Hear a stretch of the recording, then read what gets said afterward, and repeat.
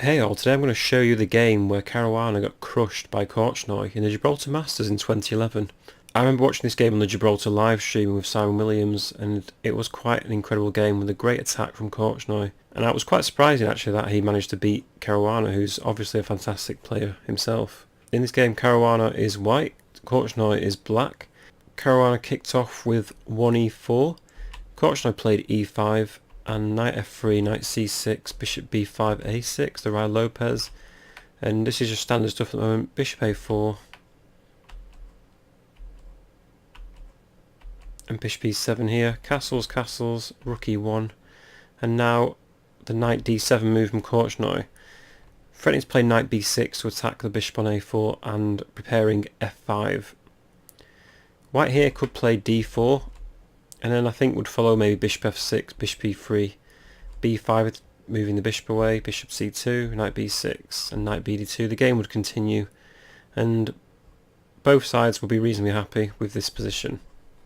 In the game, bishop e3 was played by Caruana, possibly eyeing up the b6 square when the knight jumps in, but Korchnoi plays it anyway, knight b6, and the bishop is white's best piece, so he moves it to bishop b3, pinning the pawn against the king, so the f-pawn can't move. For this reason, Korchnoi played king h8, and now knight bd2 from white, and f5 from Korchnoi, the typical plan. And obviously black here wants to attack the king side by pushing these pawns up. Here Caruana took on b6, doubling black's pawns on the b file. Here I think actually white should play h3 to stop g5 ideas. After f4, bishop d5, queen c7, the game is quite even. But here, after taking, bishop d5 was played straight away. And now Korchnoi jumped in with this amazing move, g5, threatening to play g4. After h3, g4 was played, takes, f takes, and now knight to h2 because it's attacked. And Korchnoi gets his first piece into attack, bishop g5, attacking the knight on d2. And what this does is stops white from playing knight takes g4, because after bishop takes d2, the queen can take and the bishop just takes the knight and it's a piece won. For this reason, Caruana played knight c4, and now the threat of taking on g4 is up again. But b5 is played, attacking the knight, kicking it.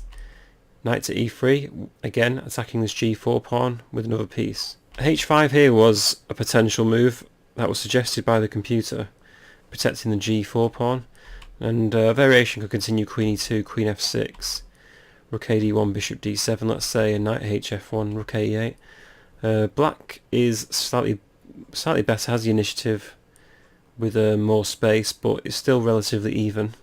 But after knight e3, Korchnoi took on e3, and the rook captures, and of course this leaves the f2 pawn quite weak, so queen f6 attacking the pawn f2, and white just calmly plays queen to e1. Everything seems to be covered at the moment, but the bishop on d5 is quite strong, so knight to e7 was played, and f3 now from white, trying to gain a decent structure. Knight takes d5 was played, e takes d5, and rook g8, eyeing up the king on g1. Black's position is quite strong here. White's pieces look slightly uncoordinated. I think g3 might also be threatened here. So maybe this is the reason why Caruana played his next move. He played queen to g3, which seems quite a bizarre move to me, because it just puts the queen in the line of fire of the rook. Rook d1 is suggested by Leela. G takes f3, rook takes f3, and now queen g5 and rook d2. White's position is quite solid and the defence is there at the moment. It's a bit ropey, but with some work white can escape this attack. But Caruana decides to play queen to g3. Again, I say it again, I think this is quite a bizarre move, because now g takes f3. Obviously the queen can now capture on f3 and try and swap queens off, but Korchnoi doesn't want any of this. I like this move, just plays bishop f5, and if here something like g4, we can just play queen g5 and the pawn's pinned anyway. So queen takes f5 and queen takes f5, the pawn's pinned. For this reason, rook f1 was played by Caruana, attacking the bishop. And another good move, rook g5, defending the piece. King h1 was played by Caruana, trying to get off this g file. And here I thought maybe rook ag8 might be played, attacking the pawn on g2, rook f2 defends it, and queen g6. And now this queen's lining up to the pawn on d3 and the pawn on g2. Queen e2 could be played, covering both squares, both pawns. But rook h5, queen g1, queen h6, attacking the knight, g3 to defend it, and rook h3. White's position looks really dodgy. Rook g2, bishop g4. And after a move like queen e1, rook h5 is very strong, and black is in a better position here. And if the knight ever decides to take on g4, we have rook h1, king f2, and something like rook f8. And if rook f3, we can just capture, queen f8, check, and king e2, rook takes the queen. In the game, however, Korchnoi played queen h6 here, rook f2 was played, and rook a g8, adding the final piece into the attack. Rook e1 from Caruana, and queen g6, which attacks both the g2 pawn and the d3 pawn at the same time. White defends with rook e3, but I don't know if he saw this move. It probably did, but bishop takes d3 just wins a pawn. Because if rook takes d3, there comes e4, whereby black will now take on d3, winning the exchange. So after bishop takes d3, Caruana now moves his king to g1. He's just floundering around at the moment, hoping that black misses a trick. e4 was played by Korchnoi. Rook f5 is another strong move, and after queen g4, rook takes f2, king takes, bishop c4, and takes. White's going to win the pawn on d5, and he's clearing up, so that was another option here. After king g1, this was another option. e4 was played though, continuing the attack, attacking the queen. Queen h3 now, and black just picks up another pawn, rook takes d5. White goes for some counterplay with queen d7, but it feels a bit too late. Rook g5 here was played by Korchnoi, but I think he missed a win because bishop c4 was also possible, threatening rook d1 check.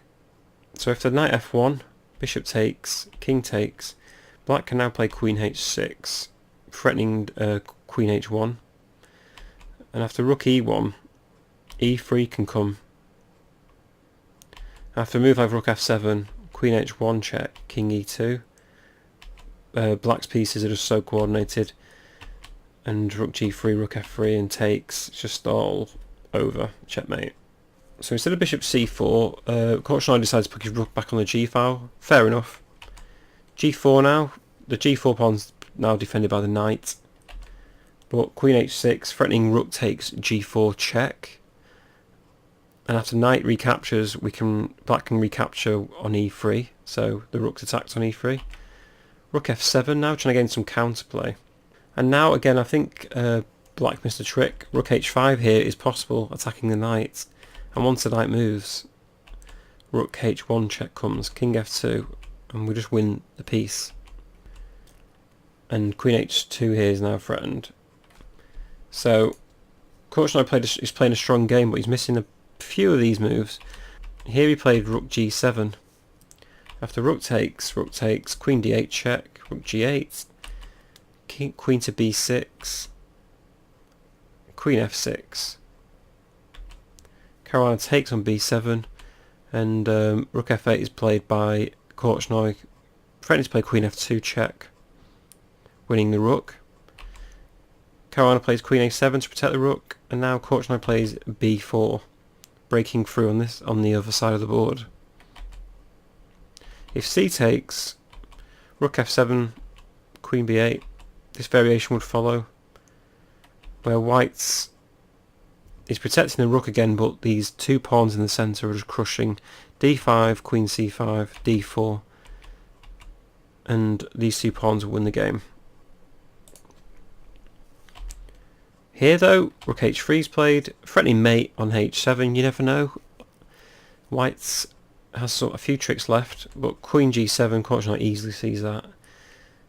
Caruana plays queen e3, doesn't want to swap queens because it's a lost endgame. B takes c3, b takes, and queen c3, crashing in on the other side of the board. And now the first rank is susceptible to black's attack. Rook h5, and now the plan just pushing to d5. If rook takes d5 here, queen a1 can be played, king g2, and just take on a2, and we pick up this rook on d5. So for this reason, g5 was played. You may as well go for a last-ditch attack, but queen a1 check, king g2, bishop f1 check, king g3, and queen e5, and white actually resigns here. I think it's because after, let's say, king g4, just going to play d4, and these two pawns are absolute monsters, and basically the queen has to go here. And we've moved like bishop e2, let's say knight f3, bishop can just take it, and yeah, white can resign. So anyway, I think the best move in this whole game was actually just playing g5. So in this position, how many of you would be able to see this move? I wonder what you'd pick in this position. g5 just seems like a great move. It just shows how these older players can compete with the new generation. And this game is a testament to Kortschnoi's brilliant attacking and counter-attacking style. Thank you for watching. I'll try and do more interesting games soon. Please subscribe for more games in the future. Thank you very much for watching.